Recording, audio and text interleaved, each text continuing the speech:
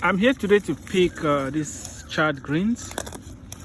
Usually we pick them on the average once a week. They just keep producing. The more you pick, the more you're going to have a harvest. But what I want to talk about is just the benefit of being persistent and consistent. When it comes to gardening, you can't go wrong. I'm picking chard greens today because that's what I planted. While this may sound very simplistic, many people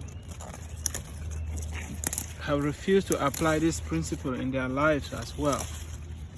The law of reaping and sowing, you can never go wrong with it.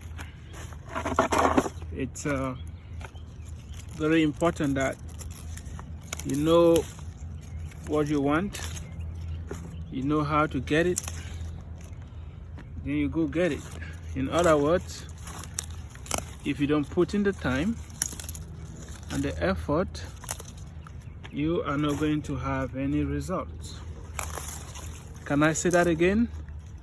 If you don't put in the time and the effort, you are not going to get the result. I don't believe in luck. Unfortunately, I don't. I believe that hard work is what you need. When hard work meets preparation, people say that you are lucky. When you believe in luck, you lose control. You are relinquishing the power that will enable you to achieve whatever you want.